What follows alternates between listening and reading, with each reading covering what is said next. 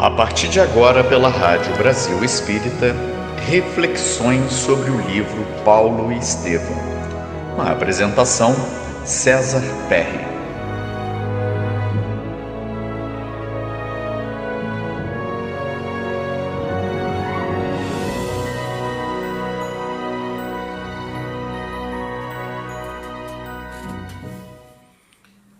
Amigos da Rádio Brasil Espírita de Maceió, como temos feito semanalmente, tecemos os nossos comentários, as nossas reflexões sobre o livro Paulo e Estevão, psicografia de Francisco Cândido Xavier, de autoria do Espírito Emmanuel.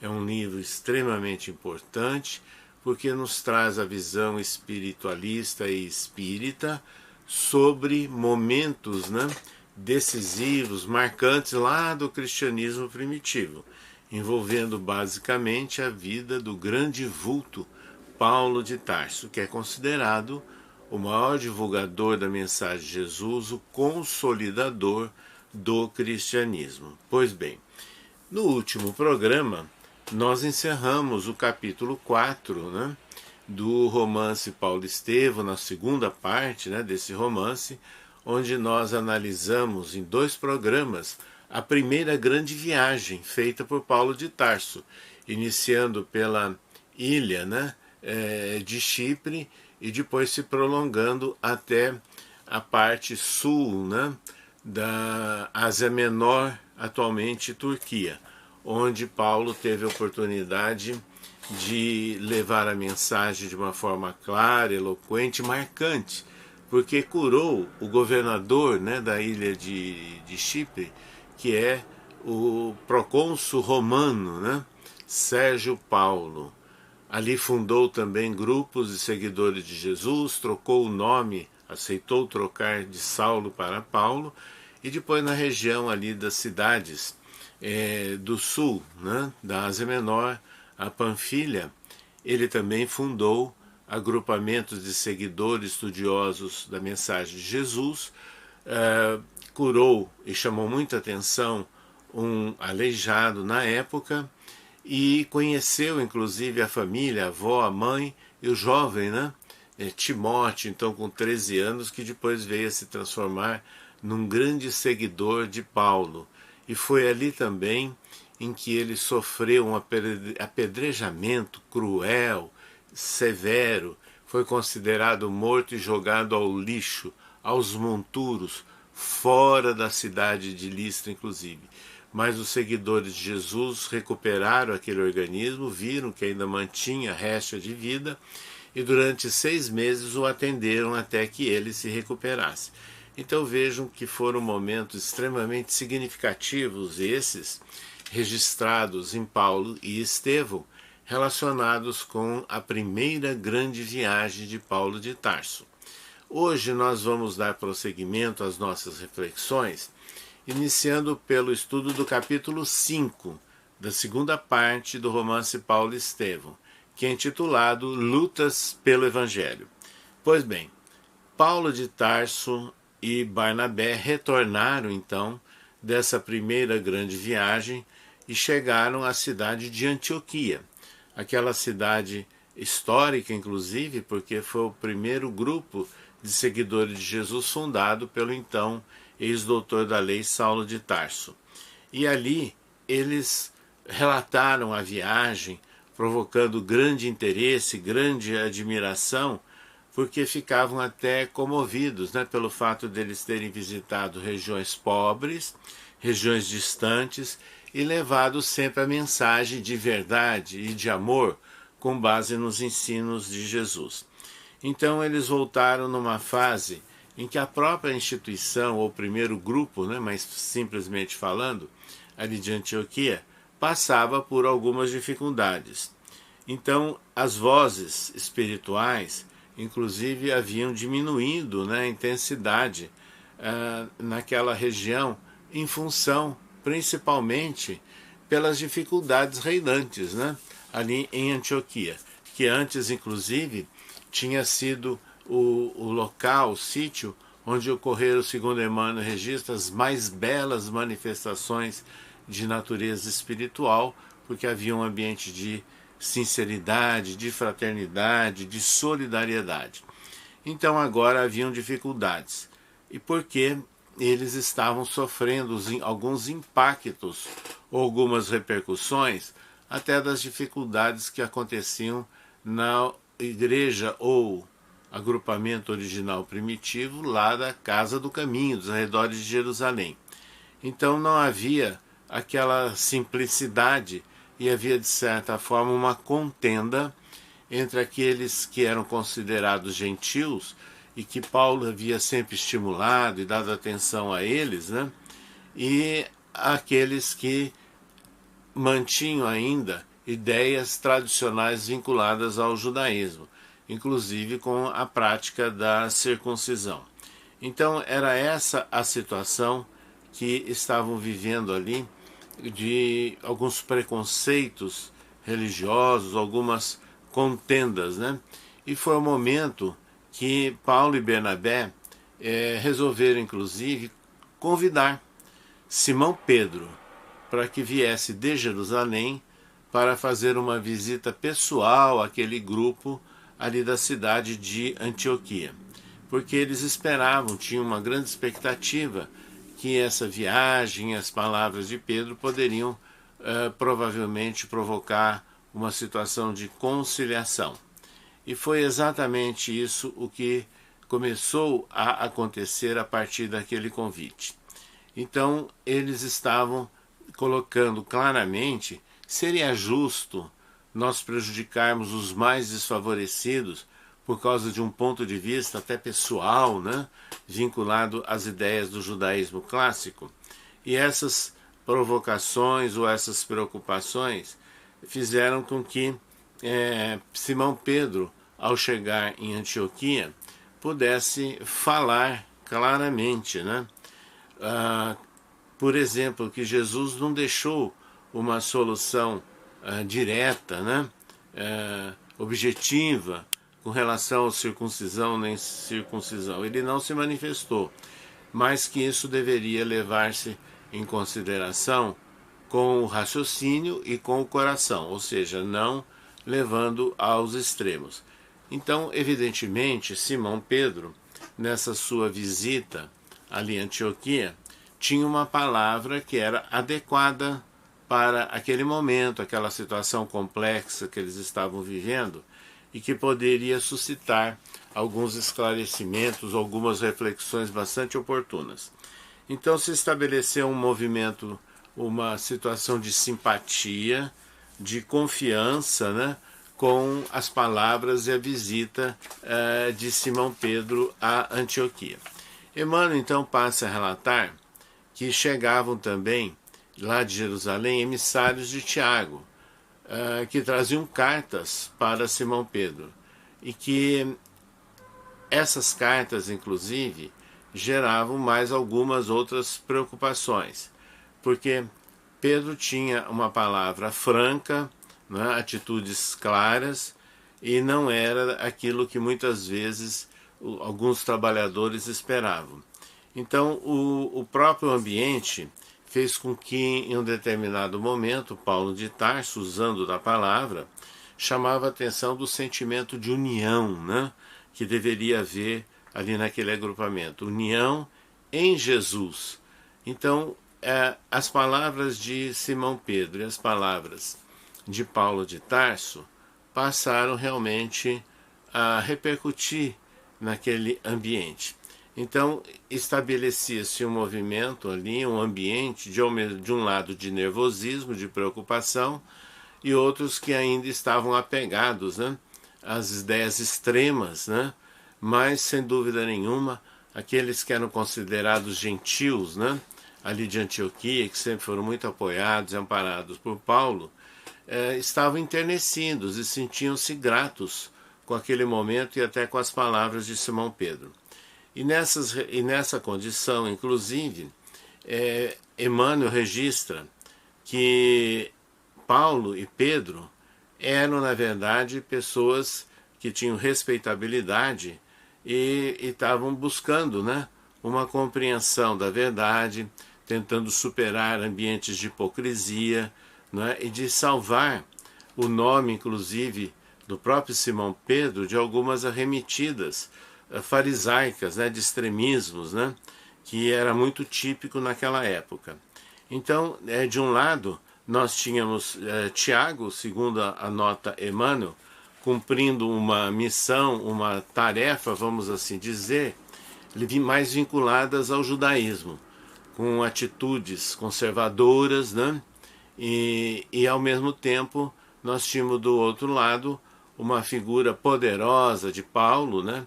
Que com bastante desassombro apoiava ali aos gentios e a todos aqueles que não tinham pré-requisitos, né, no entendimento dele, para se tornarem seguidores de Jesus. E Simão, que estava fazendo ali uma posição de intermediação e de meio termo. Então eles deveriam respeitar a Tiago, não é? Mas também a Paulo de Tarso, pela sua dedicação extraordinária, né? Principalmente em relação àqueles que não conheciam previamente as ideias de Deus que eram trazidas historicamente pelas hostes judaicas. Então a polêmica se estabelecia de uma forma quente, vamos assim dizer, né? Bastante ardida. E foi nesse instante que Pedro, inclusive Simão Pedro, teve uma atitude até ponderada, né? E salvando uma cisão que poderia estar acontecendo naquele ambiente, né? De uma instituição, de um grupamento de seguidores de Jesus, né? Marcos do cristianismo primitivo. Então, considerando inclusive os esforços de um lado de Paulo e de Tiago de outro, Simão deu uma palavra em que estava evitando, né, um rompimento, um extremismo e dando condições para que tudo pudesse ser resolvido de acordo com as condições. Então, na história do cristianismo primitivo, ficou isso registrado, inclusive, não só em Atos dos Apóstolos, como também Paulo registrou na sua epístola aos Gálatas, né? E que, a despeito, então, do ambiente de rigidez e de contenda que havia, foi evitado um escândalo, foi evitado uma cisão e, de uma forma até memorável, com atendimento, passaram então a caminhar para uma compreensão, de maneira que fossem respeitados aqueles que eram incircuncisos e que não tinham prévio conhecimento do judaísmo. Esses registros, né, que nós encontramos em Paulo e Estevão, nesse romance histórico da psicografia de Chico Xavier, e também ele fazendo então citações a Atos dos Apóstolos e a Epístola aos Gálatas, nós temos que lembrar a vocês, meus amigos, que os historiadores clássicos e acadêmicos, né, do cristianismo primitivo assinalam que essa reunião que aconteceu em Antioquia, com a presença de Simão Pedro, né, a convite de Paulo e de Barnabé, ele é considerado o primeiro concílio, vamos assim dizer, do cristianismo, da história, entre aspas, da Igreja Católica. Embora não tenha, evidentemente, as características de um concílio como muitos outros que se seguiram, até aqueles já registrados até o século XX. Mas foi uma primeira reunião marcante, onde houve o objetivo de se equacionar, de buscar alguns pontos comuns para que se estabelecesse normas, propostas de ação, de certa forma, com um ambiente de respeito e de convergência de ideias. Então nós vamos encontrar em livros acadêmicos, inclusive, assinalando que essa reunião registrada por Paulo em Gálatas e por Lucas em Atos dos Apóstolos teria sido o primeiro concílio, né, do cristianismo, ou entre aspas, da própria Igreja Católica, né, conforme a confusão que muitas vezes se estabelece entre ambos. Esse fato, então, registra Emmanuel claramente no livro nesse romance Paulo e Estevão. A reunião terminou sem novos atritos. Simão aproximou-se de Paulo e felicitou pela beleza e eloquência do discurso. Fez questão de voltar ao incidente para versá-lo com referências amistosas. O problema do gentilismo, dizia ele, merecia de fato muito interesse. Como deserdar das luzes do Cristo o que havia nascido distante das comunidades judaicas, se o próprio Mestre afirmara que os discípulos chegariam do Ocidente e do Oriente? A palavra suave e generosa reaproximou Paulo e Barnabé, enquanto o ex-pescador discorreu intencionalmente, acalmando os ânimos. Então, essas anotações aqui, relembradas de uma forma marcada por Emmanuel, é muito importante, né? De que o próprio Mestre afirmara que os discípulos chegariam do Oriente e do Ocidente, ou seja, de todas as partes. Então, essa afirmação ela é muito oportuna, muito coerente com a proposta de Paulo de Tarso, de não fazer discriminação entre aqueles que estavam interessados em conhecer e seguir os ensinos do Mestre. Por isso é que Paulo veio a ser chamado, inclusive, o apóstolo da gentilidade. Então, feitos todos esses argumentos, encerrando a reunião, Paulo de Tarso lembrou que seria, inclusive, razoável, seria interessante, promover em Jerusalém uma assembleia dos correligionários mais dedicados para ventilar também esse assunto com mais amplitude. Então, foi um desdobramento natural dessa primeira reunião, né, acontecida ali em Antioquia, para discutir pontos de interesse, né, para a trajetória dos seguidores de Jesus. Simão Pedro, inclusive, concordou de bom grado a essa proposta de Paulo.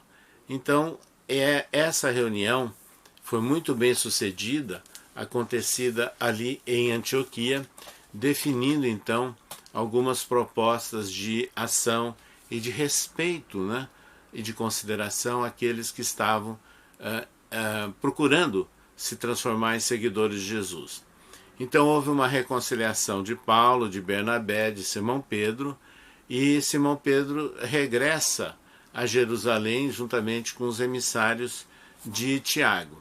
Então, a partir daí, Emmanuel passa inclusive a tecer considerações sobre outras informações, sobre outros detalhes, inclusive com relação ao jovem Tito, né, que não era um judeu caracteristicamente considerado, que havia se unido aos trabalhos, aos propósitos de Paulo de Tarso, e que tinha cerca de 20 anos incompletos naquela oportunidade. E que eles passaram, inclusive, depois a considerar a possibilidade de que esse rapaz, que tinha grande futuro previsto, né, poderia se transformar num expoente da renovação do ambiente dos seguidores de Jesus, na divulgação da mensagem, e deveria ter um trânsito livre em todas as partes. Então, depois de algumas conversações, de alguns diálogos, eles optaram, inclusive, que Tito, né, que passou a compor aquela caravana que iria para Jerusalém, poderia também se submeter à circuncisão, simplesmente, inclusive, para evitar pontos de atritos com ambientes mais ortodoxos e mais radicais. Isso aconteceu sem maiores traumas, né? Sem maiores situações.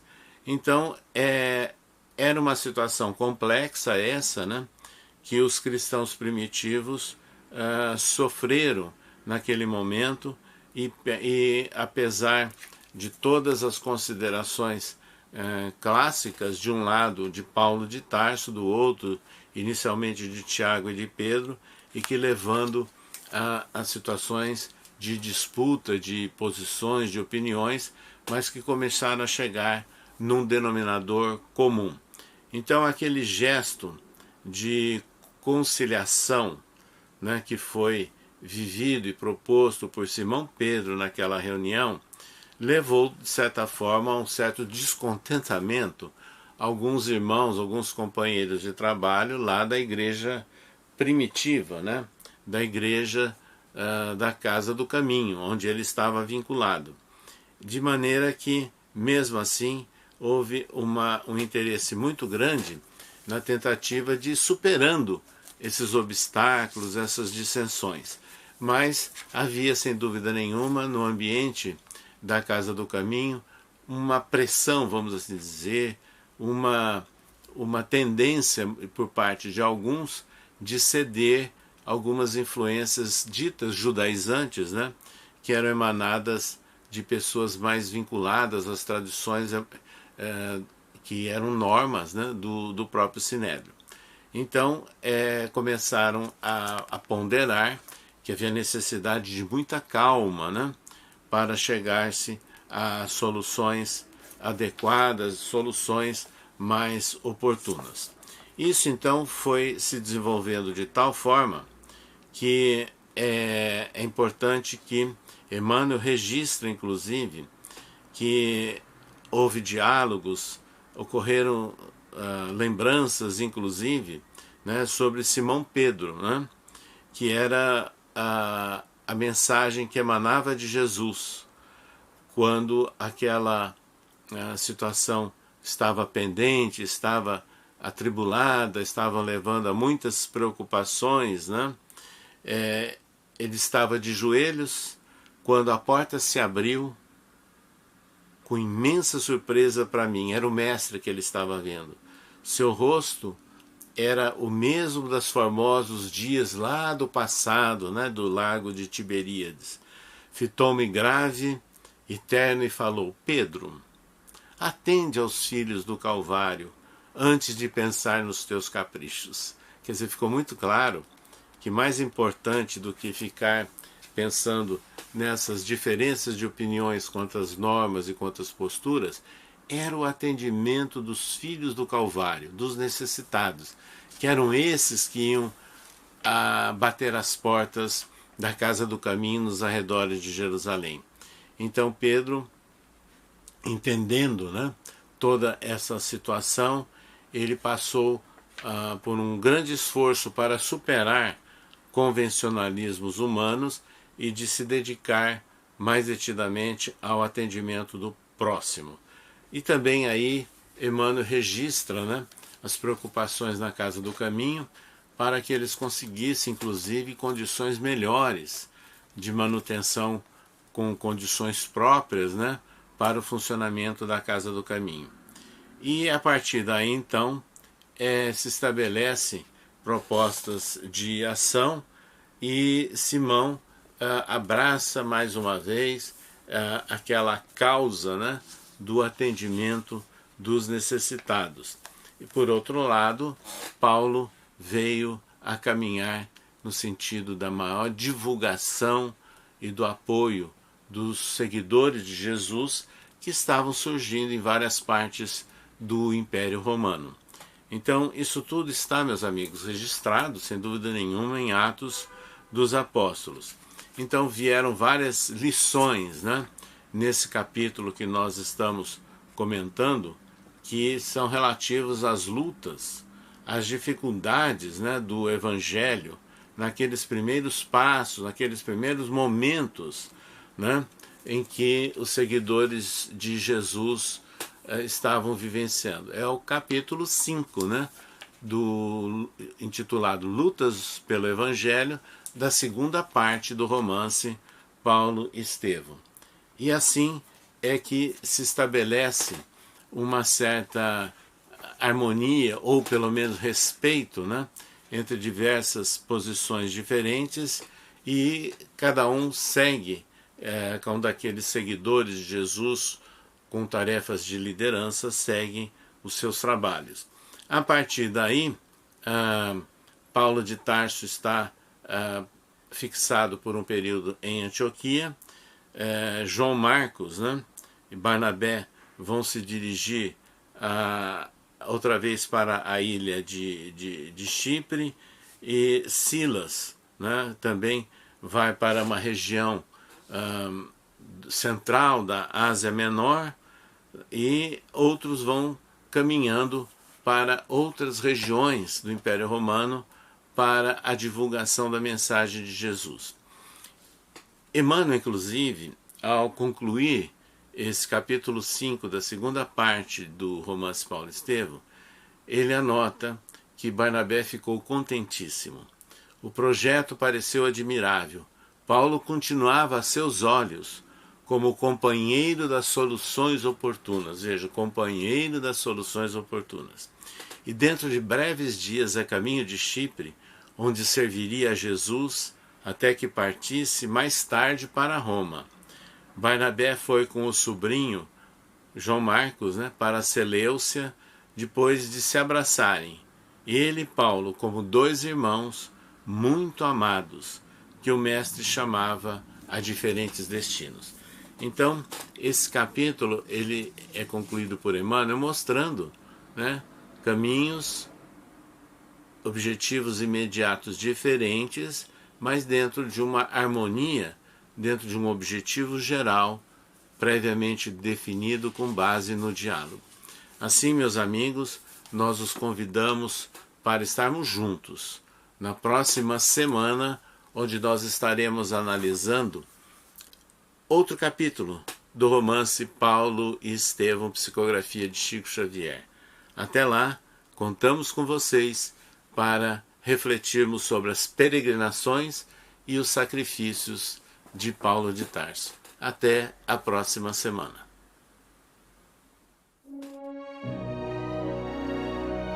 Você acabou de escutar reflexões sobre o livro Paulo e Estevão.